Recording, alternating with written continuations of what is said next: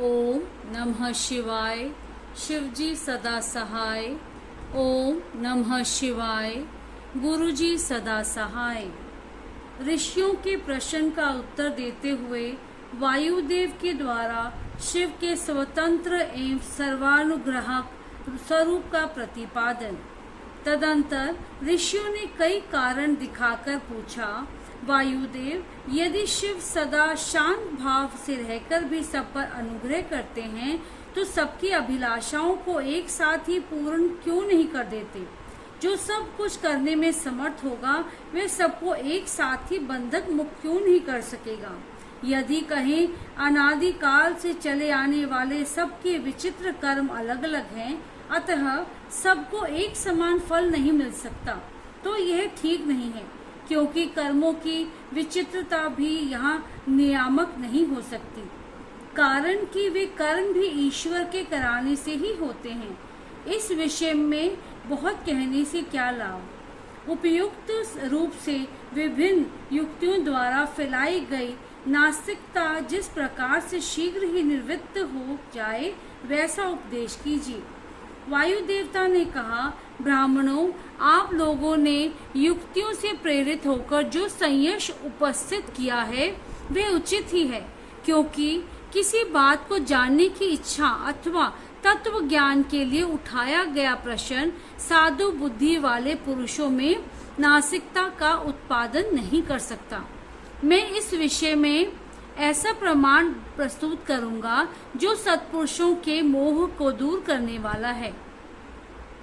असतः पुरुषों का जो अन्यथा भाव होता है उसमें प्रभु शिव की कृपा का अभाव ही कारण है। परिपूर्ण परमात्मा शिव के परम अनुग्रह के बिना कुछ भी कर्तव्य नहीं है, ऐसा निश्चय किया गया है। पुरानुग्रह कर्म में स्वभाव ही पर्याप्त पूर्णतः समर्थ है, अन्यथा निस्वभाव पुरुष किसी पर भी अनुग्रह नहीं कर सकता। पशु और पाश रूप सारा जगत ही पर कहा गया है, वह अनुग्रह का पात्र है। पर को अनुग्रहित करने के लिए पति की आज्ञा का समन्वय आवश्यक है। पति आज्ञा देने वाला है, वही सदा सब पर अनुग्रह करता है। उस अनुग्रह के लिए ही आज्ञा रूप अर्थ का स्वीकार करने पर शिव परतंत्र कैसे कहे जा सकते हैं? अनुग्रह की अपेक्षा न रखकर कोई भी अनुग्रह सिद्ध नहीं हो सकता। अतः स्वतंत्र शब्द के अर्थ की अपेक्षा न रखना ही अनुग्रह का लक्षण है। जो अनुग्रह है वे परतंत्र माना जाता है, क्योंकि पति के अनुग्रह के बिना उसे भोग और मोक्ष की प्राप्ति नहीं होती। जो मूर्त्यात्मा है वे भी अनुग्रह के पात्र हैं, क्योंकि उनसे भी शिव की आज्ञा की निवृत्ति नहीं होती। वे भी शिव की आज्ञा से बाहर नहीं हैं। यहाँ कोई ऐसी वस्तु नहीं है जो शिव की आज्ञा के अधीन ना हो। सकल होने पर भी जिसके द्वारा हमें निष्कल शिव की प्राप्ति होती है, उस मूर्ति या लिंग के रूप में साक्षात शिव ही विराज रहे हैं। वह शिव की मूर्ति है, यह बात तो उपचार से कही जाती है। जो साक्षात निष्कल तथा परम कारण रूप शिव है, वे किसी के द्वारा भी साकार अनुभव से उपलक्षित नहीं होते। ऐसी बात नहीं है।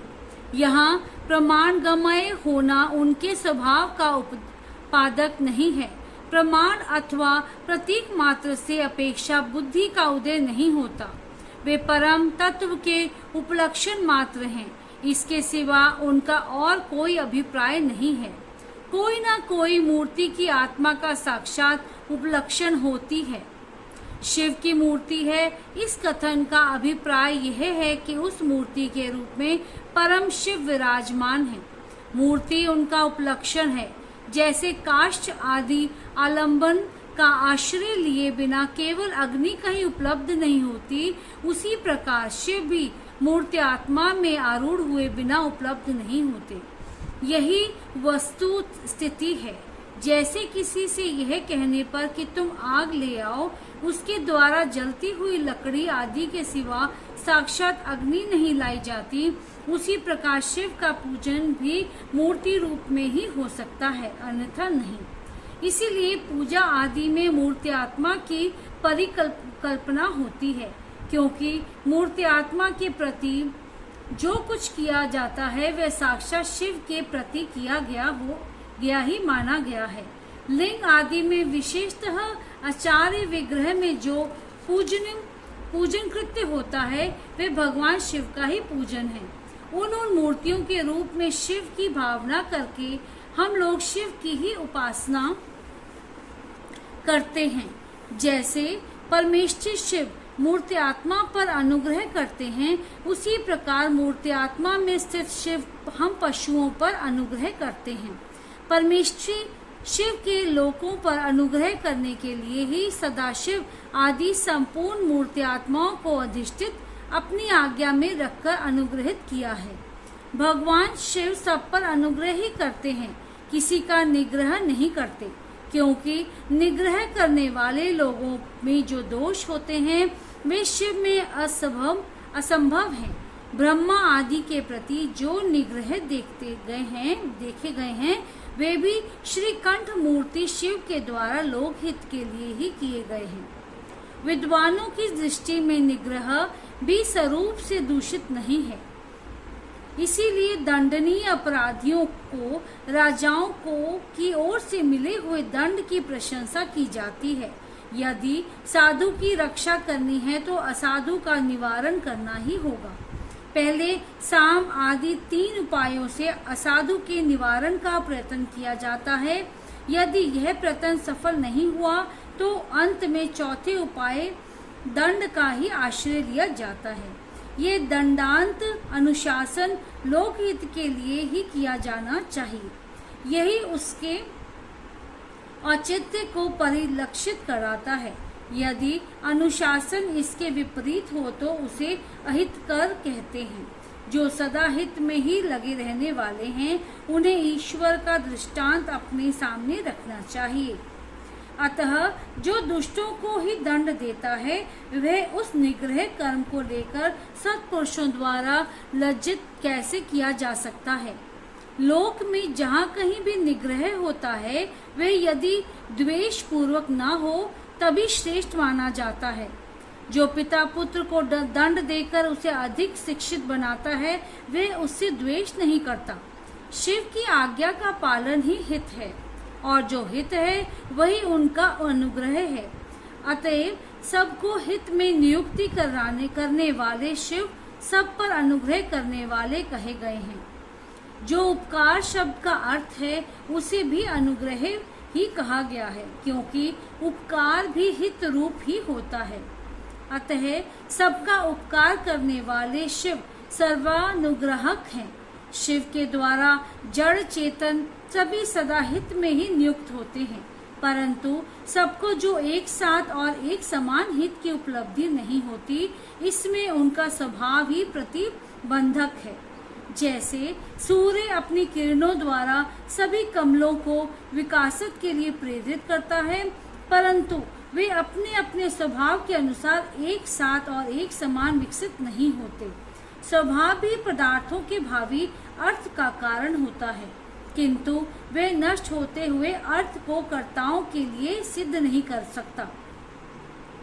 जैसे अग्नि का संयोग सुवर्ण को ही पिघलाता है, कोयले या अंगार को नहीं, उसी प्रकार भगवान शिव परिपक्व मल वाले पशुओं को ही बंधन मुक्त करते हैं, दूसरों को नहीं। जो वस्तु जैसी होनी चाहिए वैसी वह स्वयं नहीं बनती, वैसी बनने के लिए कर्ता की भावना का सहयोग होना आवश्यक है। कर्ता की भावना के बिना ऐसा होना संभव नहीं है। अतः कर्ता सदा स्वतंत्र होता है। सब पर अनुग्रह करने वाले शिव जिस तरह स्वभाव ही से निर्मल है, उसी तरह जीव संज्ञा धारण करने वाली आत्माएं स्वभावतः मलिन होती हैं। यदि ऐसी बात ना होती तो वे जीव क्यों नियम पूर्वक संसार में भटकते और शिव क्यों संसार बंधक से परे रहते। विद्वान पुरुष कर्म और माया के बंधन को ही जीव का संसार कहते हैं। यह बंधन जीव को ही प्राप्त होता है, शिव को नहीं। इसमें कारण है जीव का स्वाभाविक मल। वह कारणभूत मल जीवों का अपना स्वभाव ही है, आगंतुक नहीं है। यदि आगंतुक होता तो किसी को भी किसी भी कारण से बंधन प्राप्त हो जाता। जो यह हेतु है वह एक है, क्योंकि सब जीवों का स्वभाव एक सा है। यद्यपि सब में एक सा आत्म भाव है, तो भी मल के परिपाक और अपरिपाक के कारण कुछ जीव बद्ध हैं और कुछ बंधन से मुक्त हैं। बद्ध जीवों में भी कुछ लोग लय और भोग के अधिकार के अनुसार उत्कृष्ट और निकृष्ट होकर ज्ञान और ऐश्वर्य आदि की विषमता को प्राप्त होते हैं। अर्थात कुछ लोग अधिक ज्ञान और ऐश्वर्य से युक्त होते हैं तथा कुछ लोग कम। कोई मूर्ति आत्मा होते हैं और कोई साक्षात शिव के समीप विचरने वाले होते हैं। मूर्ति आत्माओं में कोई तो शिव स्वरूप को छयों अधवाओं के उपस्थित होते हैं, कोई अधवाओं के मध्य मार्ग में महेश्वर होकर रहते हैं और कोई निम्न भाग में रुद्र स्वरूप में स्थित होते हैं। शिव के समीपवर्ती स्वरूप में भी माया से परे होने के कारण उत्कृष्ट, मध्य और निकृष्ट के भेद से 3 श्रेणियां होती हैं। वहाँ निम्न स्थान में आत्मा की स्थिति है, मध्य स्थान में अंतरात्मा की स्थिति है और जो सबसे उत्कृष्ट श्रेणी का स्थान है उसमें परमात्मा की स्थिति है, जो ही क्रमशः ब्रह्मा, विष्णु और महेश्वर कहलाते हैं। कोई वसु परमात्मा पद का आश्रय लेने वाले होते हैं, कोई अंतरात्मा पद और कोई आत्म पद पर प्रतिष्ठित होते हैं। भगवान शिव तो अनायास ही समस्त पशुओं को बंधन से मुक्त करने में समर्थ हैं, फिर वे उन्हें बंधन में डाले रखकर क्यों दुख देते हैं? ऐसा विचार या संदेह नहीं करना चाहिए, क्योंकि सारा संसार दुख रूप ही है। ऐसा विचारवानों का निश्चित सिद्धांत है। जो स्वभावतः दुखमय है वह दुख रहित कैसे हो सकता है? स्वभाव में उलटफेर नहीं हो सकता। वैद्य की दवा से रोग आरोग्य नहीं होता, वह रोग पीड़ित मनुष्य का अपनी दवा से सुखपूर्वक उद्धार कर देता है। इसी प्रकार जो स्वभावतः मलिन और स्वभाव से ही दुखी हैं, उन पशुओं को अपनी आज्ञा रूपी औषधि देकर शिव दुख से छुड़ा देते हैं। रोग होने से वैद्य कारण नहीं है, परंतु संसार की उत्पत्ति में शिव कारण है। अतः रोग और वैद्य के दृष्टांत से शिव और संसार के दृष्टांत में समानता नहीं है। इसीलिए इसके द्वारा शिव पर दोषारोपण नहीं किया जा सकता।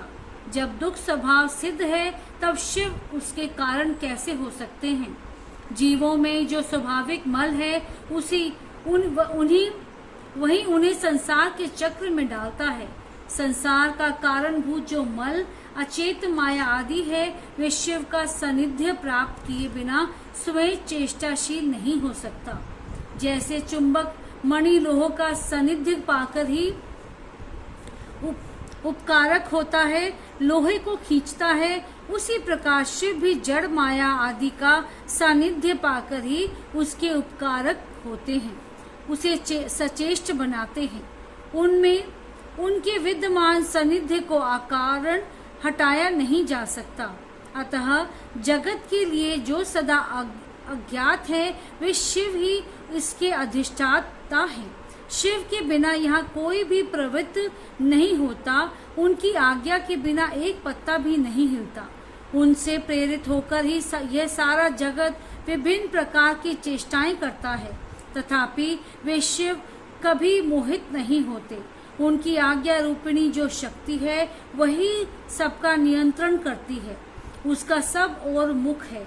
उसी ने सदा इस संपूर्ण दृश्य प्रपंच का विस्तार किया है, तथापि उसके दोष से शिव दूषित नहीं होते। जो दुर्बुद्धि मानव मोहवश इसके विपरीत मान्यता रखता है वह नष्ट हो जाता है।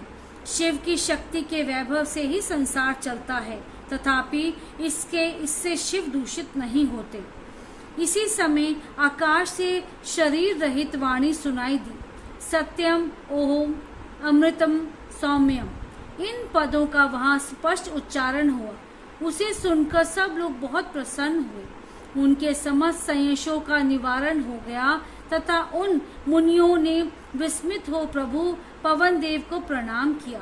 इस प्रकार उन मुनियों को संदेह रहित रख करके भी वायुदेव ने यह नहीं माना